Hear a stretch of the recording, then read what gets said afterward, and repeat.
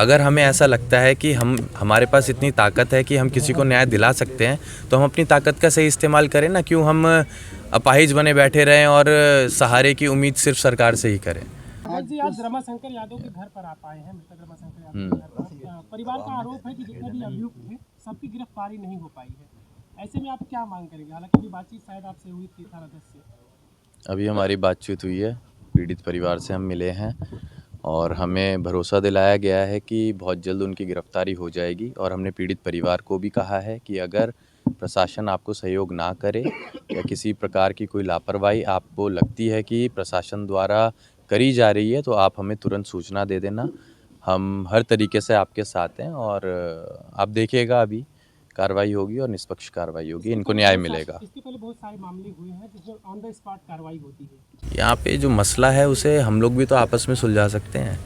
अब सरकार किसी की भी रहे, घटनाएं तो होती आई हैं, होती रहेंगी, लेकिन हमारा कर्तव्य क्या है कि हम किसी के सुख दुख में खड़े हो जाएं जाकर।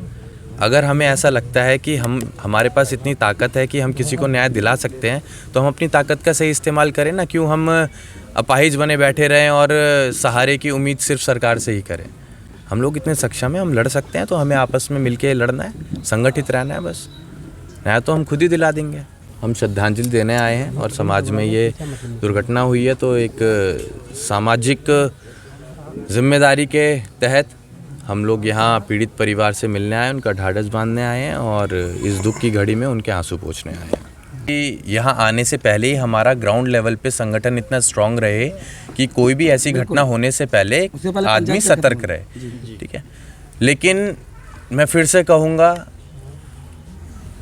घटनाएं तब भी हो जाएंगी, समझ रहे हैं आप? क्योंकि ये विवाद जो चलते आ रहे हैं उनका संगठन से कोई मतलब नहीं है। अगर मेरी आपसे दुश्मनी है, आपकी मुझसे दुश्मनी है, तो आप कभी ना कभी तो उसे निकालेंगे ना। तो घटना तो होनी जो है वो होगी, लेकिन हमें बस ये देखना है कि हम ऐसी घटनाओं में क्या सही का साथ दे पा रहे हैं पूरी ताकत के साथ। और आज हम सही का साथ देने के लिए आए हुए हैं सर। ये घटना पे रोक और ऐसे ही आते जाते रहेंगे। जो आपने कहा कि आते जाते रहते हैं, ऐसे ही हम आते जाते रहेंगे। सर, ये घटनाओं पर रोक क्यों नहीं लग पा रही है? देखिए, घटनाओं पे रोक तो तब भी नहीं लगी थी जब देवों का युग हुआ करता था। ये तो होती आई हैं, होती रहेंगी। मैं फिर से कहूँगा, रोक के तो दावे बड़े हैं कि पहले से अपराध कम हो गए हैं। आप ये कह सकते हो कि ये सरकार सही आंकड़े आपको दिखाने का काम नहीं करती है। मतलब अगर कोई घटना हुई है, मेजर ऐसे घटनाएं हैं जहां पर एफआईआर तक नहीं होती है। ना होने का मतलब ये है कि वो डाटा रिपोर्ट में ना चढ़े।